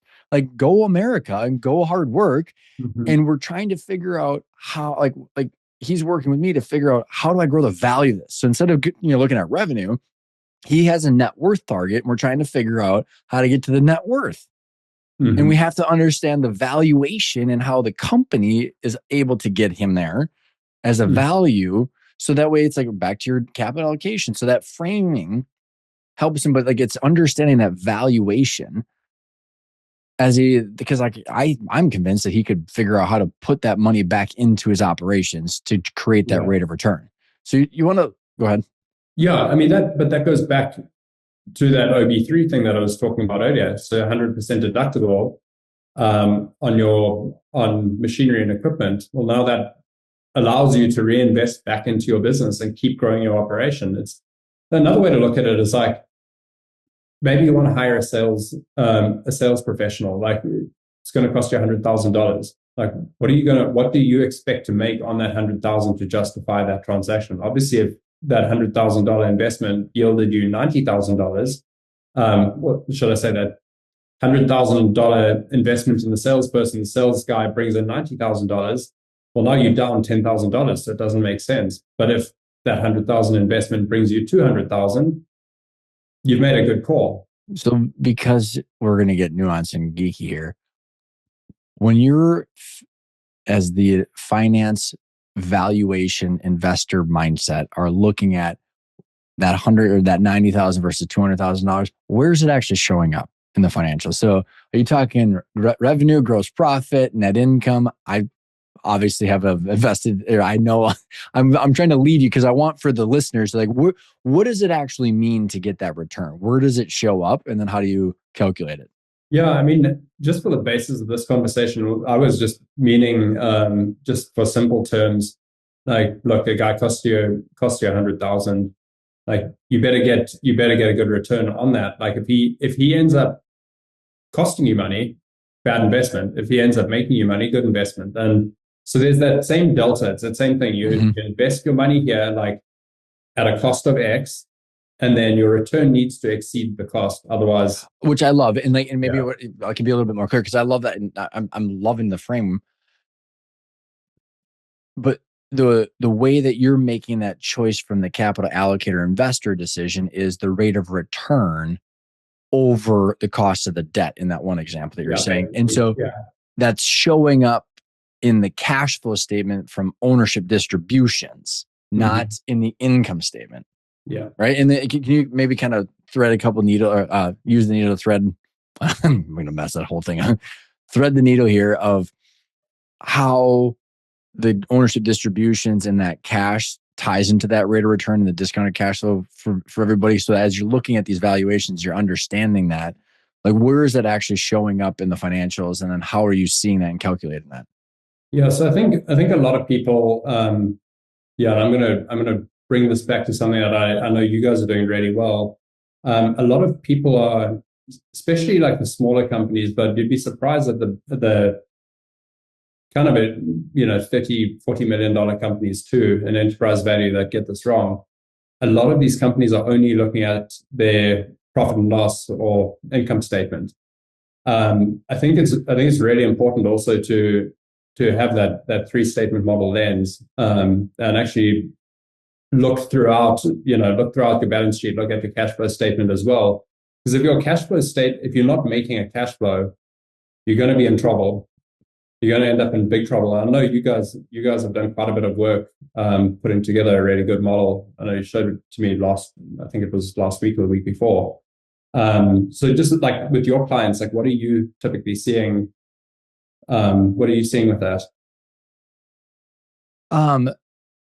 Well, if we can see it, I would say that puts people in the 1%.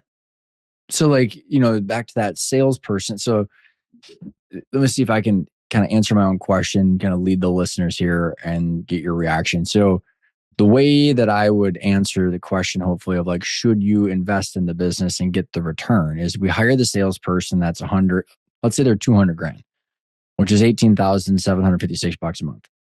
So you go, okay, you hire that person. Well, that's coming monthly, right? You don't pay the whole 200 grand today, the whole time value of money. So, okay, well, now I'm 18, call it, round it to 19 grand a month. I need to be able to see in 12 to 24 months that ownership distributions are higher. And like, it ain't that more complicated than that. Like, and how do we figure that out? Well, we sell more shit at higher margins, right? So that 18 or 19 grand every month in the income statement and SG&A should yield more revenue at some point. So we would have a build-up revenue forecast to say in year or month 18 and then 19 and 20 and all the way out 60 months, 60 columns, we would go from the income statement through the balance sheet to the freaking cash flow statement to see ownership distributions. And then we would say, okay, well, if there's 60 columns, let's say we do 12 columns for a whole year, and then we do a higher level for years 2, 3, 4, 5, and we see the ownership distributions after working capital, debt, and taxes, it should be more. If we can't see that, we're making shit up. And then we take that distribution view and then we discount it today based on what you tell us the risk profile is. So like, that's how I would answer it. Well, and if that shit is not higher than the debt, you have a bad investment. You have a bad investment. Yeah. I mean, nothing more to add to that. That's, more clearly articulated than I think I could have done it. All I do is picture the freaking financial model. And then I go, okay, well, so one of my clients just hired a sales manager, sales director. We need to sell more shit. Otherwise, we shouldn't have hired you. And how do we, like, that's what I was trying to lead you. And I don't think my question was clear enough, is it's not gross profit. Like that hire should yield more cash. And the free cash flow from distributions is what you're measuring for the value of that asset. So it's all tied together. And if we can't get that rate of return for the risk that we're taking, go put the money somewhere else. Yeah. And like in the amount of effort that it takes too, Kyle, to do this shit, it's like we like get a return for your effort. Mm-hmm. Yeah, and I think it's also important, like with different types of companies, you have to look at things a bit differently. I mean, one of our mutual contacts, Tracy, and I were talking, I think earlier last year, and she was saying her like aha moment was, she was like, we're selling all this stuff, but she's like, we still don't have cash. And she's like, then she realized that all of her cash was sitting in inventory. Yep. Yeah, I think she said she was like sitting on the floor, looked up, and then like, oh, that's all my cash is on the wall. Yep. And that's really it. It's like, I mean, you can tie your cash up in a million places, but if you're not actually getting a high enough return on your cash to generate free cash flow, you've got some thinking to do. So when you have your M&A report, as we're kind of rounding home here, what other notable things? I think this was a helpful kind of detour, then kind of syncing us back up. Like, this is why it all matters. That's why, for the listeners, that's why I'm trying to do this. Like, this is why all this stuff matters, because without thinking like this, we're making shit up. So when you look at it, when I look at a report like what Kyle's got here, is like, Kyle, like, it should be helping us more clearly understand what's the return, because here's how valuations are working. Here's how deal structures, here's how buyers are. Anything else that we want to touch on other than just, we can put the link obviously in to the, I mean, I think that's pretty much like the broader lens that we were looking at. I think we've covered good ground with this. I mean, I would just say always look at the macro and fiscal changes that are coming in, the policy changes, because they can be levers that can either work really harshly against you or really for you. And you should always factor these things in to your decision-making process along the way as well.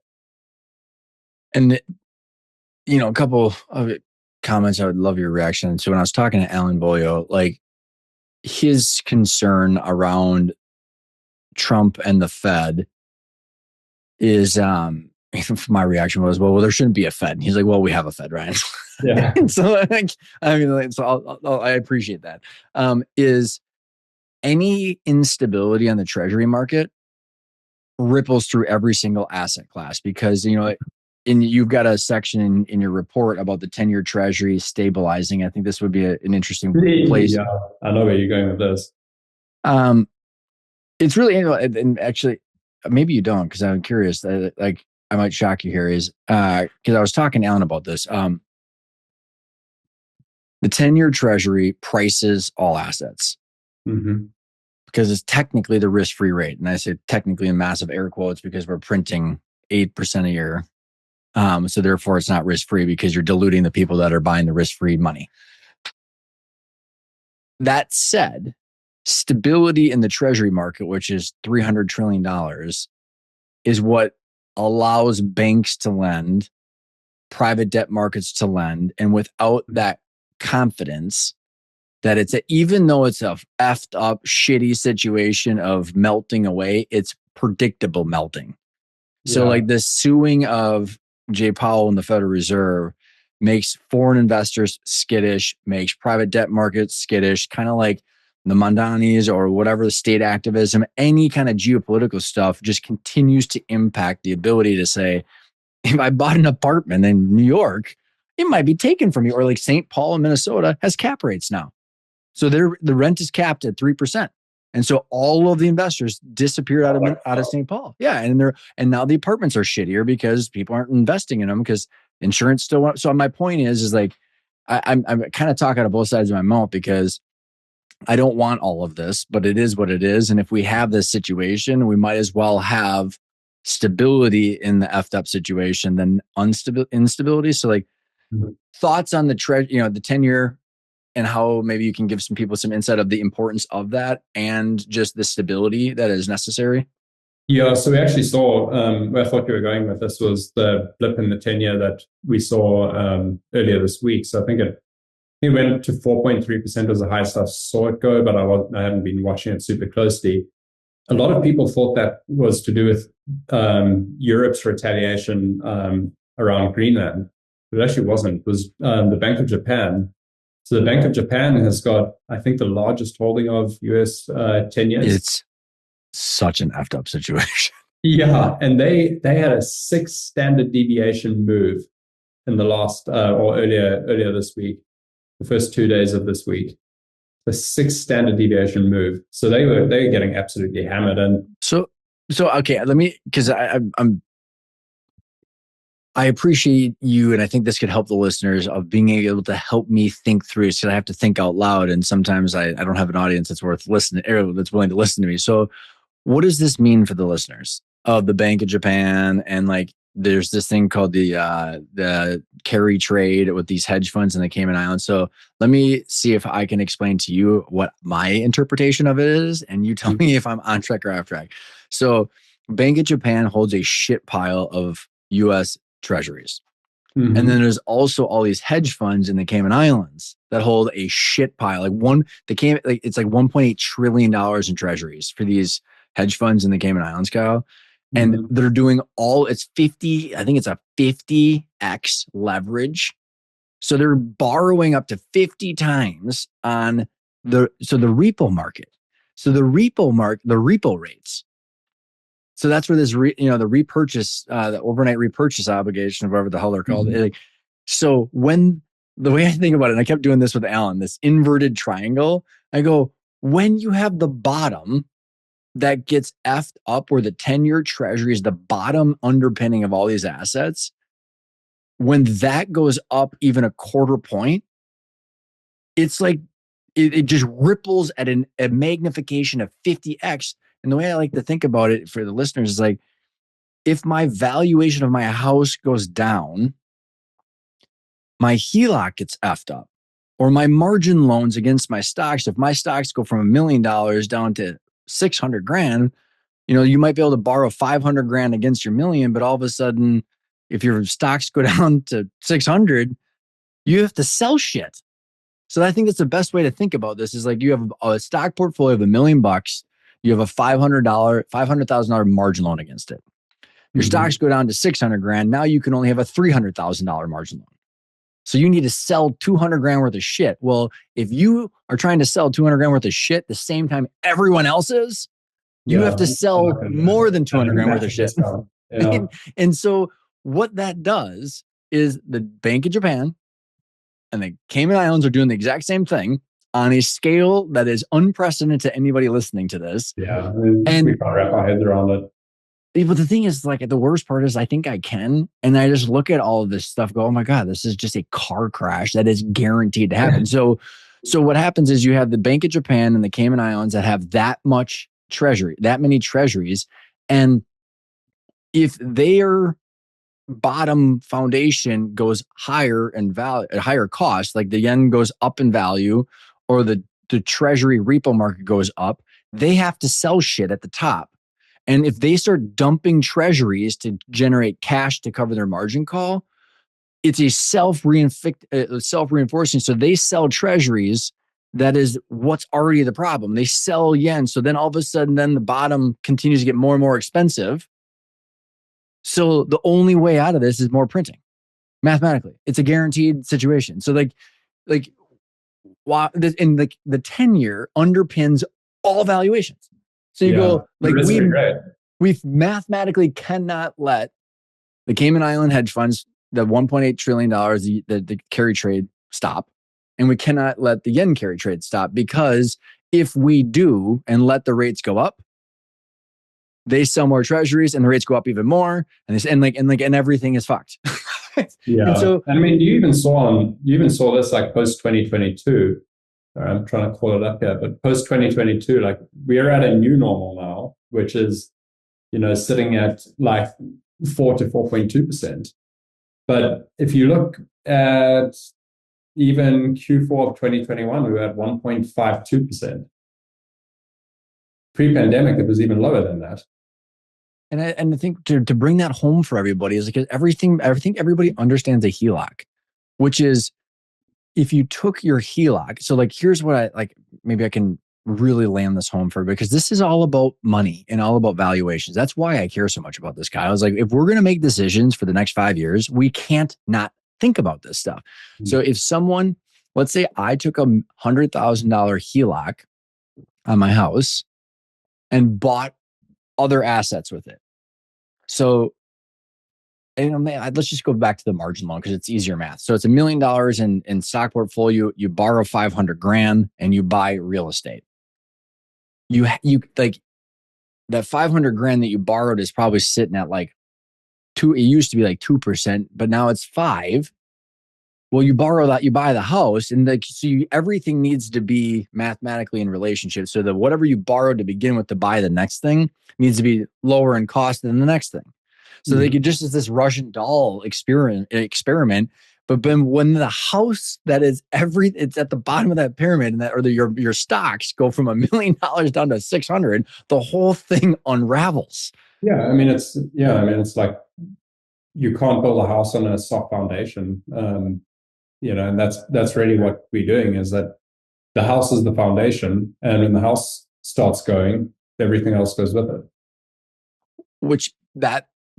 All that being said, is what I think I'm paying attention to, and what I think my takeaway is like watching the 10-year Treasury is the thing to do, because it's the baseline cost of capital, and understanding whether it's Fed versus Powell, or it's Greenland, or it's Japan, or it's you name all the freaking bullshit that could impact the stability of that. So even though we're going to keep printing, if they can keep that stable, we can at least still invest and still play in a game that we can at least interpret. Going, okay, I understand that there's the debasement going on. We M&A still needs to happen. The volume of acquisition still need to happen. So like as I'm looking at this year, to your point, like we think that the M&A volume will go up.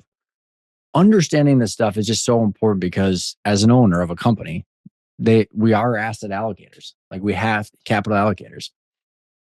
Yeah, no, definitely. And I think also an important thing, a way to frame it, and certainly the way I try to look at it is like, look at your 10-year as like the macro indicators to watch.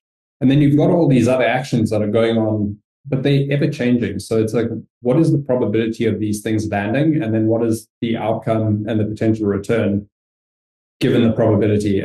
It's probably mind-numbing math for most people, and myself included. Now that I don't, I think one thing that that I learned putting this report together is like not having a team of analysts and and $50,000 to $100,000 worth of subscriptions to Bloomberg and PitchBook and stuff makes it considerably more difficult. So I think just for people that don't have access to all that data and all that information, like watch it, but don't lose sleep over it. Like you're not going to be able to necessarily change it, but just in your mind, think like, what is the probability of this happening? If it does happen, like what's best case? Do you know binomial tree modeling? So basically like you've got your spot price over here, and you've got like, call it a 5% potential upside, a 5% potential downside, or maybe it's a 10% potential downside.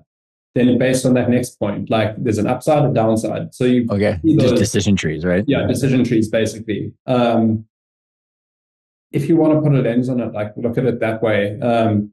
You can go into a rabbit hole though. I agree, and I think this is a good wrap up here. Is like the reason I've learned all this stuff is so I can forget it all. So I can be very confident. Like, what can I control? I can control my business, and I can control where I spend my time and my focus. And I think that if we understand that this shit is complicated and it's no longer the free markets and geopolitical and money printing and all this stuff that's going on, it's like, well, what can we control?